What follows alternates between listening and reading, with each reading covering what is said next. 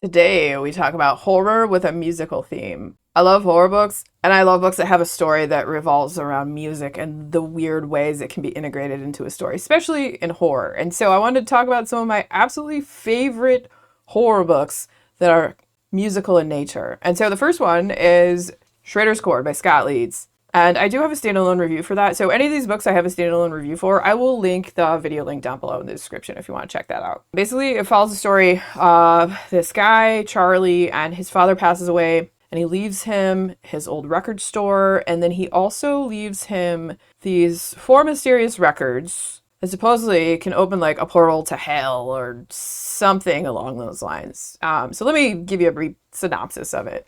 After his estranged father's mysterious death, Charlie Remick returns to Seattle to help with the funeral. There, he discovers his father left him two parting gifts: the keys to the family record store and a strange black case containing four antique records that, according to legend, can open a gate to the land of the dead. Okay, so maybe not hell, but a gate to the land of the dead. When Charlie, his sister, and their two friends play the records, which they definitely should not have, don't do it, but then there wouldn't be much of a book if they didn't do it. So, it's got to happen. They unwittingly open the floodgates of unspeakable horror. As the darkness descends, they are stalked by a relentless, malevolent force and see the dead everywhere they turn. With time running out, the only person who can help them is Charlie's resurrected father, who knows firsthand the awesome powers the records have unleashed. But can they close the gate and silence Schrader's Chord before it's too late? And it's a crazy, chaotic story, and it's pretty freaking awesome. I think I read this a few years back, and I'm drawn to stories like this. Like I said, I love horror that has a musical theme, and so when I find them, it's like kind of like a must-read situation for me. So these are in no particular order. Well, okay, so at the end, I'm going to name my number one. But the other ones, there's not really a particular order. I think all of these books are super freaking awesome. All right, so next up we have Black Mad Wheel by Josh Malerman. This is actually one of the first books I talked about when I started my BookTube channel. So I haven't read this one it's probably been like 4 going on 5 years. This book is super weird. This one I think was like hit or miss with people. I thought it was great because it's freaking out there. It's it's a psychological horror, but it gets like super weird. They go out to let me just tell you the premise of the story. Okay, so the Danes, the band once known as the Darlings of Detroit, are washed up and desperate to have a #1 hit. When an agent from the U.S. Army approaches them with an unusual offer, they believe it could be the answer to their inspiration drought. So, under the guidance of their frontman, Philip Tonka, the Danes decide to embark on a harrowing journey through the scorching African desert to track down the source of a strange and debilitating sound. In a Midwestern hospital, a nurse named Ellen tends to a patient recovering from a near-fatal accident. The circumstances that led to his injuries are mysterious, and his broken body heals at a remarkable rate. Ellen will do the impossible for this enigmatic patient as he reveals more about his accident with each passing day.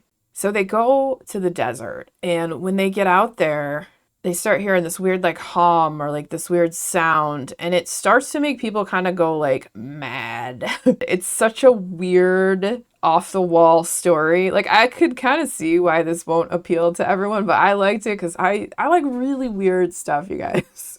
I like a story that leaves you what the F? what the F just happened? What is that sound? What is it that's driving everyone freaking mad? Will they discover the source of it? Okay, so next up we have Gone to the Wolves by John Ray. And this one is about the black metal scene. We have Kip, Kira, and Leslie. They're outliers, even in the metal scene that they love in the arch-conservative backwoods Florida in the 1980s. Just listening to heavy metal can get you arrested. But the risk is worth taking because music is what leads them to each other. Different from one another as they are, the three of them, they form a family of sorts. One that proves safer and more loving than the broken homes that they come from. So, found family kind of deal. Together, they make the pilgrimage from Florida's swamp country to LA's fabled Sunset Strip. But the beautiful new life they've dreamed of soon proves a mirage. Kira finds herself drawn to even darker and more extreme strains of metal, drifting towards a place where her two friends, for all their love, can't follow. On a trip to Europe for her 22nd birthday, in the middle of a show, she simply vanishes. Years later, the shocking truth about her disappearance reunites Kip and Leslie, whose search for her takes them from California to the snowbound woods of Norway. But bringing Kira home will require a greater sacrifice than either of them could imagine. This book is dark, disturbing, gut-wrenching. The immersion in the metal scene is just, it pulls you in. It's visceral, it's tangible. This is what I do have a standalone review for too, and I'll have that link down below if you want a little more on the story. It's a wild one. Okay, so after that one, we have Evil and Me by Bram. Do you know about Bram? Have you read Bram? Do you know how awesome Bram is? Bram is like not only an amazing writer, but also an amazing artist. So every book that I've read of his so far has like his artwork in it, and it's awesome. And Slewfoot is amazing by Bram if you haven't had a chance to read that. Krampus also, if you like holiday horror. Awesome. Okay, so Evil and Me. Aspiring musician Ruby Tucker has had enough of her small rural town and dysfunctional family. But a falling out with her best friend and bandmate has killed her dreams of escaping and making it big in the 80s Atlanta punk scene. When Ruby helps her eccentric neighbor organize his religious relics, an ancient ring clamps down on her finger, possessing her with the spirit of a bloodthirsty demon. There's no exorcising it unless hundreds of people chant a spell to set Ruby free.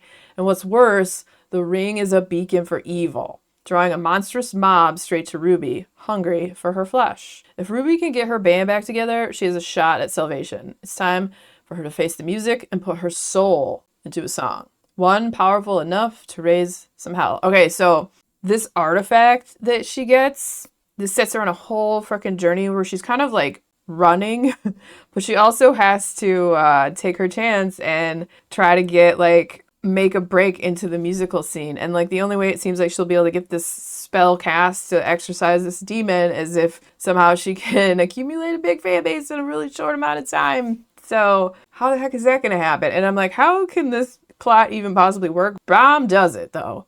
There's so much weird, like, esoteric occult stuff in this too. The short synopsis of this just doesn't do the story justice. I do also have a standalone review for this one. So the next one is a duology, and that is The Fever House duology by Keith Rawson.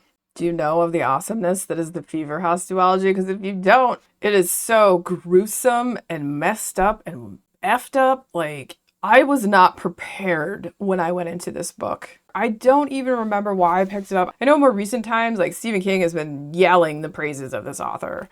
But yeah, I don't remember why I initially picked it up, and it just blew my socks off. It is wild, and you're like, how in the name of whatever is Rawson going to pull off this plot? So when leg breaker Hutch Holtz rolls up to a rundown apartment complex in Portland, Oregon to collect overdue drug money, a severed hand is the last thing he expects to find stashed in the client's refrigerator.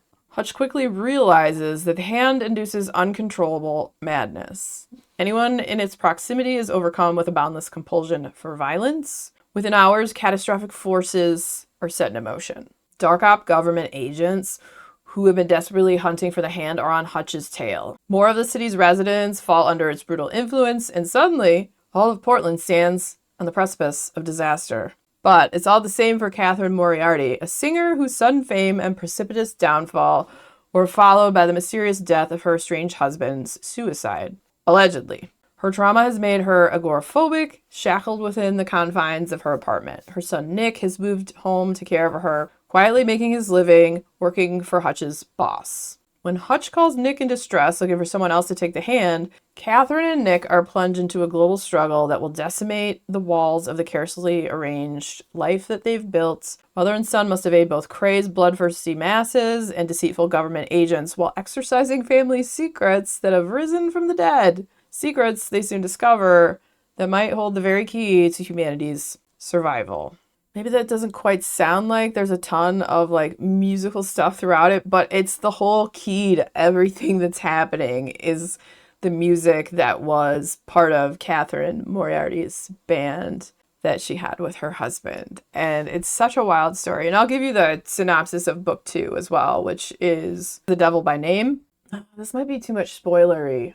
I don't think I can read the synopsis without this being too spoilery, so I'm going to skip over it. I don't know, it's like a wild, powerfully told stories about the forces of basically like good, evil, and the shades of gray and everything in between. That one, that Duology is my absolute favorite out of all of these. I feel like all of these are just so dang good. It's just my opinion. Make of that what you will. If you like stories that are dark and disturbing and have a musical theme, they pull you in and they weave a fantastical and just crazy kind of story. All these books are awesome. Would highly recommend.